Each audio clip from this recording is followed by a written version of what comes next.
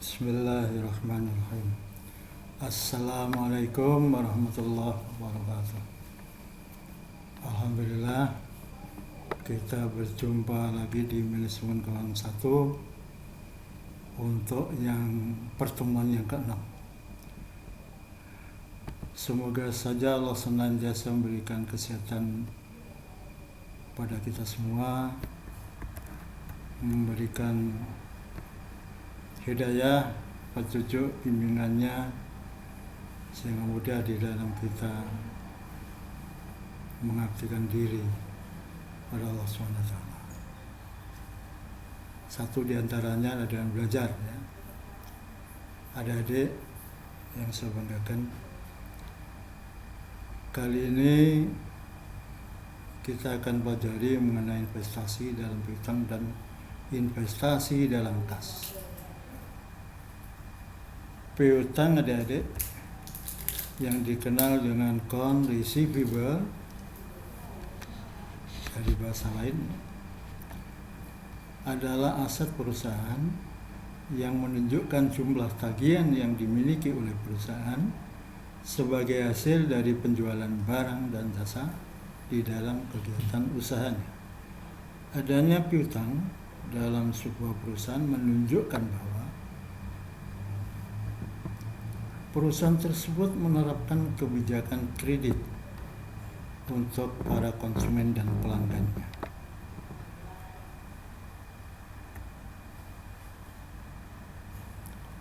Tujuan investasi piutang, adik-adik, yang pertama adalah meningkatkan volume penjualan. Kita tahu kalau penjualan oleh perusahaan itu hanya dengan satu sistem tunai, dia tentu terbatas sekali. Di era persaingan yang sangat ketat seperti saat ini, hampir semua perusahaan manufaktur itu melayani penjualan kredit. Dan penjualan kredit diharapkan bisa meningkatkan volume penjualan. Sekaligus juga meningkatnya volume penjualan itu juga akan mengangkat peningkatan laba perusahaan. Dan adik-adik perlu diketahui bahwa ini adalah bentuk persiapan dalam menghadapi persaingan bisnis. Jadi dalam persaingan bisnis yang begitu intan, adik-adik, itu semua pebisnis itu melakukan penjualannya dengan sebagian setidaknya dengan kredit. Piutang sebagai elemen modal kerja, adik-adik, yang harus dalam keadaan berputar secara kontinually dalam rantai putaran. Jadi kas dibelikan inventory, kemudian diproses jadi barang, juga namanya inventory, gitu ya.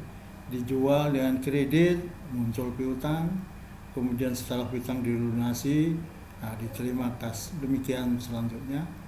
Jadi berputar terus, kas dibelikan inventory, jadi ada barang mentah dan seterusnya, kemudian diproses, barang dalam proses, kemudian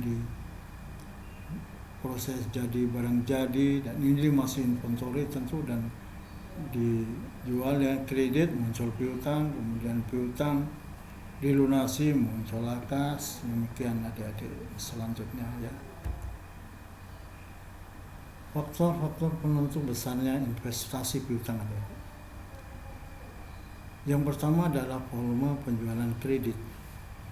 Makin besar proporsi penjualan kredit dari keseluruhan penjualan, memperbesar jumlah investasi dalam piutang.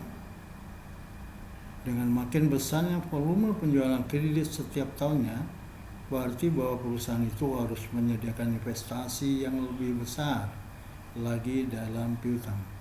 Makin besarnya jumlah piutang berarti makin besarnya risiko, tetapi bersamaan dengan itu juga, adik-adik, ya, akan semakin besar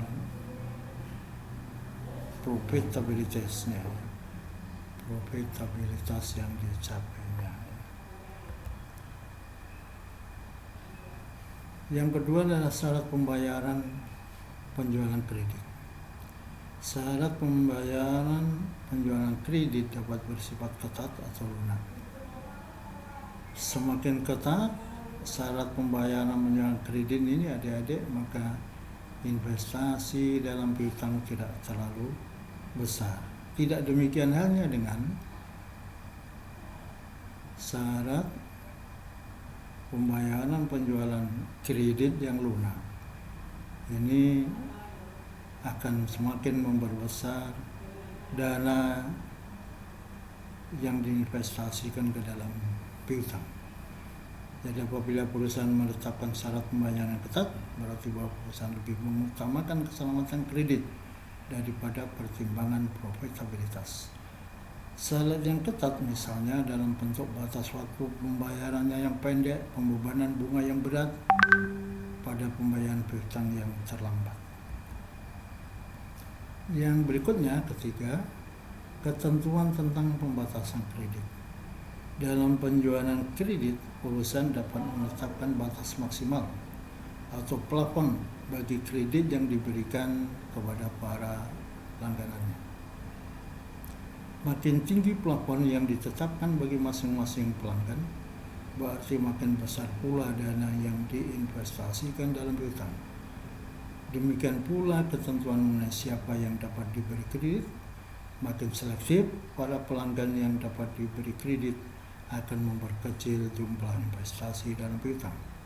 Dan demikian adik-adik, maka pembatasan kredit itu di sini bersifat baik kuantitatif maupun kualitatif. Berikutnya, faktor yang menentukan besar kecilnya investasi dalam piutang adalah kebijaksanaan dalam pengumpulan piutang. Perusahaan dapat menjalankan kebijaksanaan dalam mengumpulkan piutang secara aktif atau pasif. Perusahaan yang menjalankan kebijaksanaan secara aktif dalam pengumpulan piutang akan mempunyai pengeluaran uang yang lebih besar untuk membiayai aktivitas pengumpulan piutang dibanding dengan perusahaan lain yang menjalankan kebijakannya secara pasif. Adik-adik, untuk perusahaan menjalankan kebijaksanaan dalam mengumpulkan piutang secara aktif itu, tentu dana yang diperlukan untuk investasi piutang tidak terlalu besar dibanding dengan kalau kebijaksanaan dalam mengumpulkan piutang itu dilakukan secara pasif.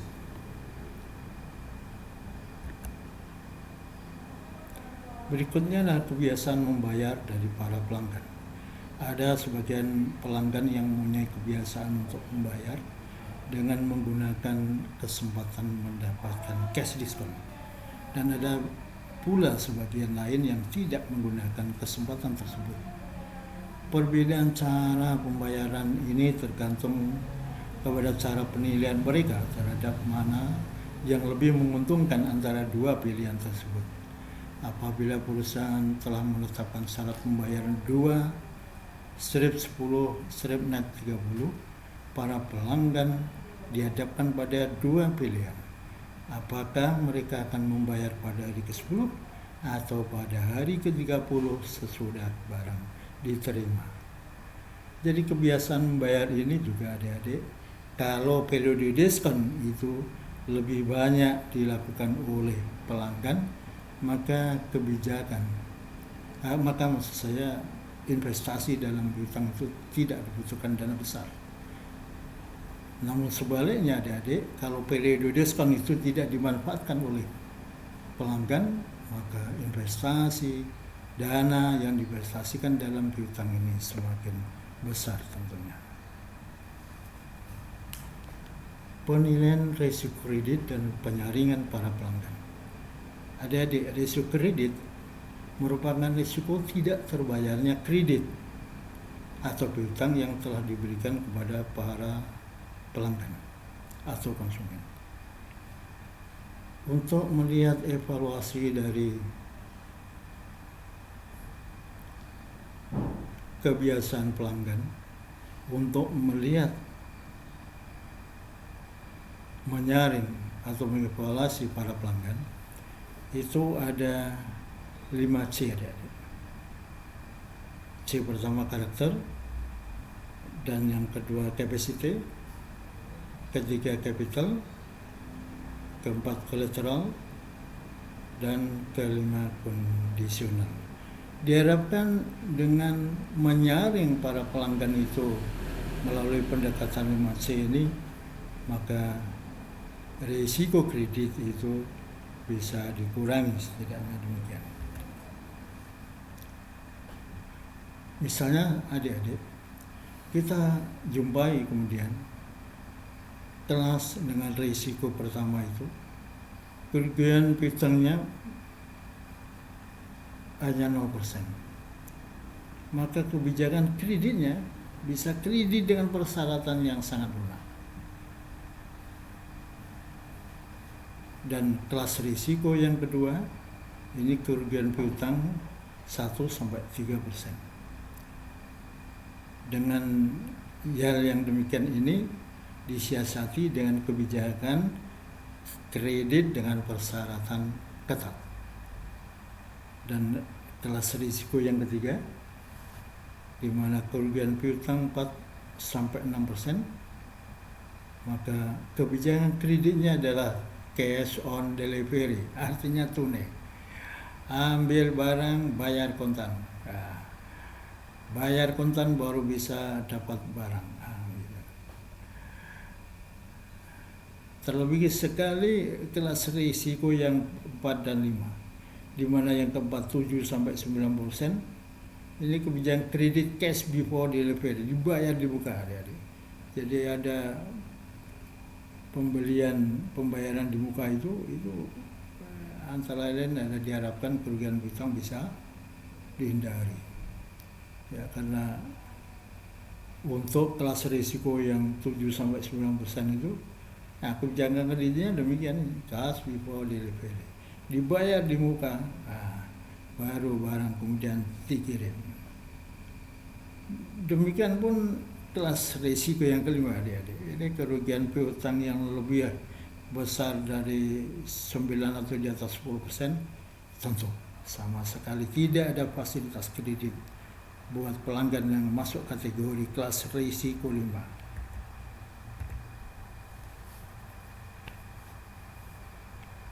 Penentuan besarnya risiko piutang yang ditanggung perusahaan, adik-adik.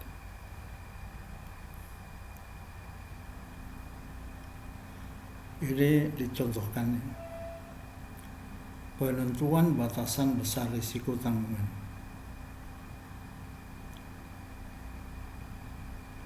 Mengakui tanggungan risiko sebagai cadangan kerugian piutang. PT Manawan Herbal ingin memperluas volume penjualan kredit sebesar 100.000, adik-adik. 100.000 ya, jadi 03-nya kita hilangkan saja sementara. Yang diikuti dengan kenaikan biaya operasional sebesar 50.000. Risiko yang ditetapkan perusahaan adalah sebesar 10% dari jumlah penjualan kredit ya, atau piutang. Berapa laba yang diharapkan dari perluasan volume penjualan kredit tersebut, adik-adik, inilah perhitungannya. Hasil tambahan penjualan kredit 100.000. Risiko tidak terkumpulnya piutang 10%, jadi ada 10.000. Sehingga hasil penjualan yang diharapkan tinggal 90.000. Sedang tambahan biaya usaha dari adanya penjualan kredit itu 50.000, sehingga tambahan keuntungan, nah masih ada tambahan keuntungan dari hasil penjualan kredit, adik-adik, itu 40.000. Baik, berikutnya adalah perputaran piutang.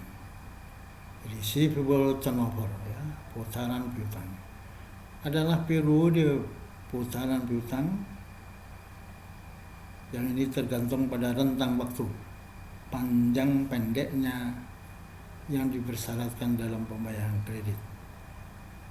Tingkat perputaran piutang dapat diketahui dengan membagi jumlah penjualan kredit bersih, jadi net credit sales selama periode tertentu dengan jumlah rata-rata piutang, average receivable ya. Jadi perputaran piutang atau receivable turnover itu sama dengan penjualan kredit bersih atau net credit sales dibagi dengan jumlah rata-rata piutang atau average receivable. Hari rata-rata pengumpulan adalah hari selama 1 tahun. Di sini diasumsikan 360 hari dalam 1 tahun dibagi dengan perputaran piutang atau receivable turnover. Baik, kita beralih ke investasi dalam kas real. Sejumlah uang kas yang keluar dan yang masuk sebagai akibat dari aktivitas perusahaan. Ada aliran yang terdiri dari aliran masuk dalam perusahaan dan aliran keluar dalam perusahaan, serta berapa saldonya setiap periode. Jadi adik-adik, cash flow ya, aliran kas, itu ada cash outflow dan ada cash inflow. Ada cash inflow dan ada cash outflow. Ada aliran kas keluar dan ada aliran kas masuk.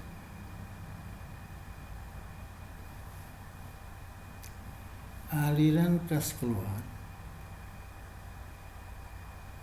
cash outflow, itu secara kontinu adik-adik biasanya terdiri dari pengeluaran kas untuk pembelian bahan mentah, untuk pembayaran upah buruh, gaji, dan lain sebagainya. Dan yang tidak kontinu, pengeluaran ini bisa berwujud pengeluaran untuk pembayaran bunga, dividen, pajak penghasilan atau pajak atas laba, pembayaran angsuran utang, pembelian kembali saham perusahaan, pembelian aktiva tetap, dan lain sebagainya.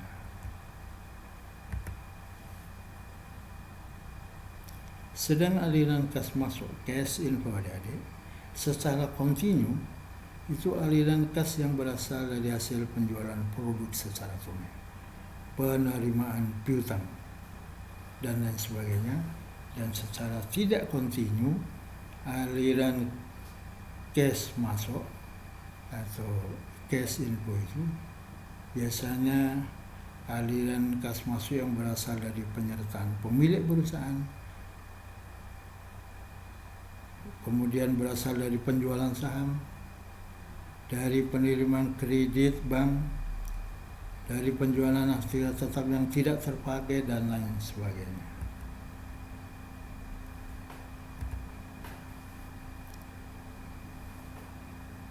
Adik-adik, beberapa faktor yang mempengaruhi besarnya persediaan kas minimal. Jadi adik-adik, diperlukan persediaan kas minimal. Itu dikandung maksud supaya likuiditas badan usaha sekaligus likuiditas perusahaan itu bisa diwujudkan secara berimbang. Perusahaan bisa beroperasi dengan lancar, sementara tagihan pada saatnya bisa diselesaikan atau dilunasi pada saatnya. Itu diperlukan adik-adik perimbangan antara aliran kas masuk dengan aliran kas keluar, penyimpanan terhadap aliran kas yang diperkirakan,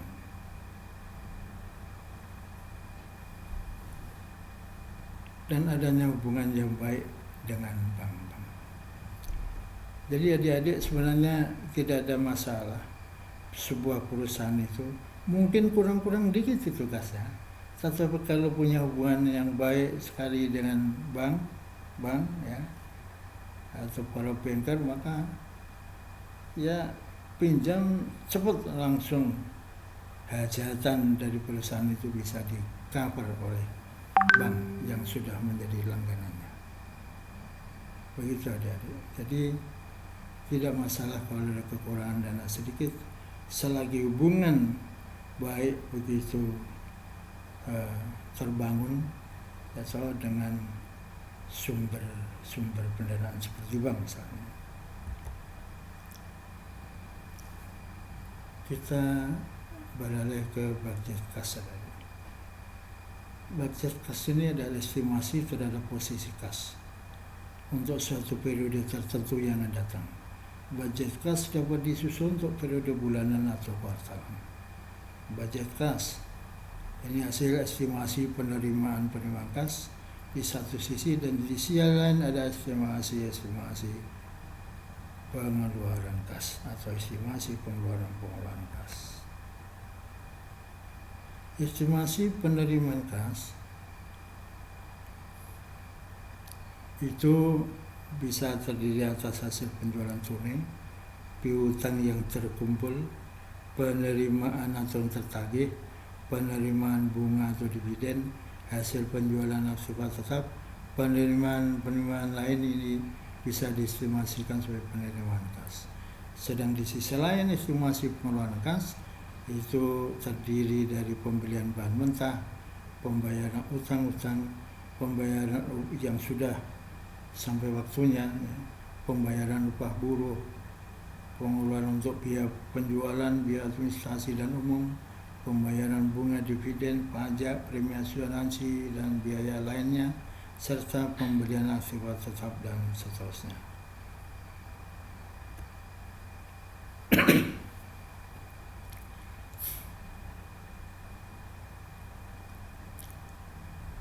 Tujuan budget kas adalah, yang pertama adalah kemungkinan posisi kas sebagai hasil rencana operasinya perusahaan. Kedua, kemungkinan adanya surplus atau defisit karena rencana operasi perusahaan. Dan ketiga, besarnya dana beserta saat kapan dana itu dibutuhkan untuk menutup defisit kas. Dan yang terakhir adalah saat kapan kredit itu dibayar kembali. Penyusunan budget kas itu bisa diawali dengan menyusun estimasi penerimaan dan pengeluaran menurut cara operasional perusahaan. Transaksi di sini merupakan transaksi operasional. Jadi transaksi operasional perusahaan itu bisa diestimasikan penerimaan dan pengeluaran. Dan yang berikutnya adalah menyusun perkiraan atau estimasi kebutuhan dana atau kredit dari bank atau sumber-sumber dana lainnya yang diperlukan untuk menutup defisit kas karena rencana operasinya perusahaan. Transaksi di sini merupakan transaksi finansial. Dan berikutnya adik-adik, menyusun kembali estimasi keseluruhan penerimaan dan pengeluaran setelah adanya transaksi finansial. Dan budget kas yang final ini merupakan gabungan dari transaksi operasional dan transaksi finansial yang menggambarkan estimasi penerimaan dan pengeluaran kas keseluruhan. Demikian adik-adik, semoga kita dipertemukan oleh Allah minggu depan dalam keadaan yang lebih baik lagi. Semangat belajar, semoga sukses. Kita tutup dengan alhamdulillah pertemuan kita ini. Alhamdulillahirabbil alamin. Wassalamualaikum warahmatullahi wabarakatuh.